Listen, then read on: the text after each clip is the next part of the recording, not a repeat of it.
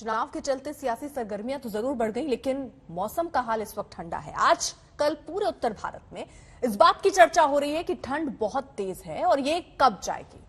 तो आपकी जानकारी के लिए हम जरा बता दें कि पहाड़ों पर भारी हिमपात और बारिश की वजह से आपको फिलहाल ठंड से राहत नहीं मिलने वाली है।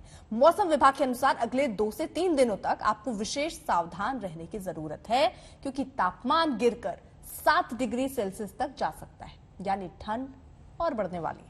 इसके अलावा उत्तर भारत में कोहरे और लो क्लाउड यानी बादलों की एक निचली परत बने रहने के कारण सूरज की रोशनी धरती पर नहीं पहुंच रही है, जिससे ठंड बनी हुई है। कुल मिलाकर आपको ठंड से अभी कुछ और दिन संघर्ष करना होगा।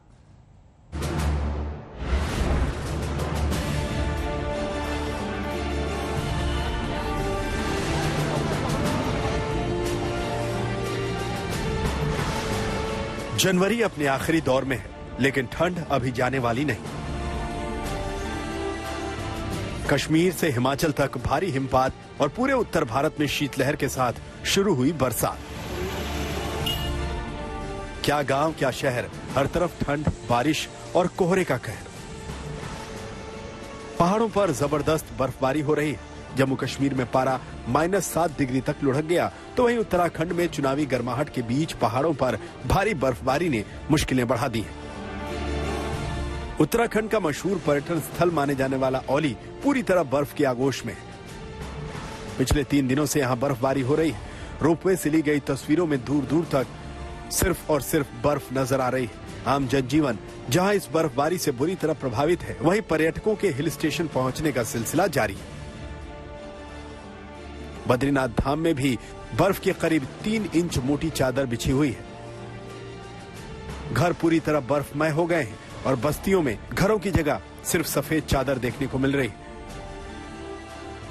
चमोली जिले में ऊंची पहाड़ियों पर फिर बर्फबारी से इस जिले में तापमान में भारी गिरावट आई है। दर्जनों गांव बर्फ और ठंड से प्रभावित है।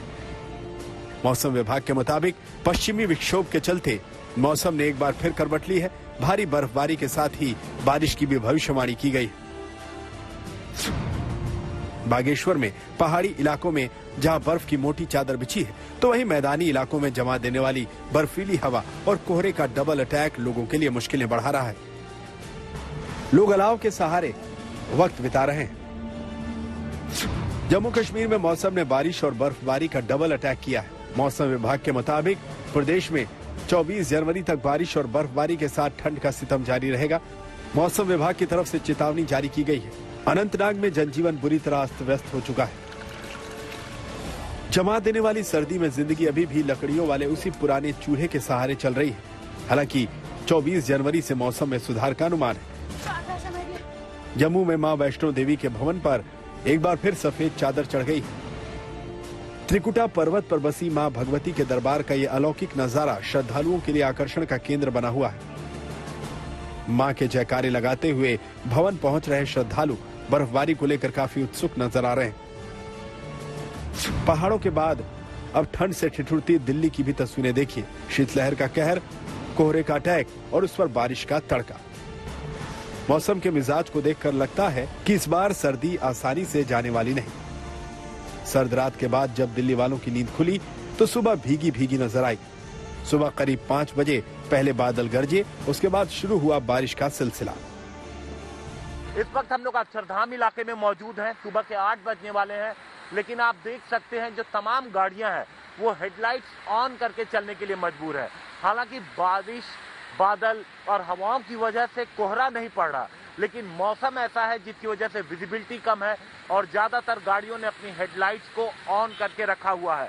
अगर हम मौसम के पूर्वानुमान की बात करें तो अगले 48 घंटों तक इसी तरीके से मौसम बना रह सकता है। बारिश का मौसम रहेगा और कई जगहों पर तेज बारिश भी होने का अनुमान है, लेकिन उसके बाद सोमवार और मंगलवार को हल्के बादल रहेंगे।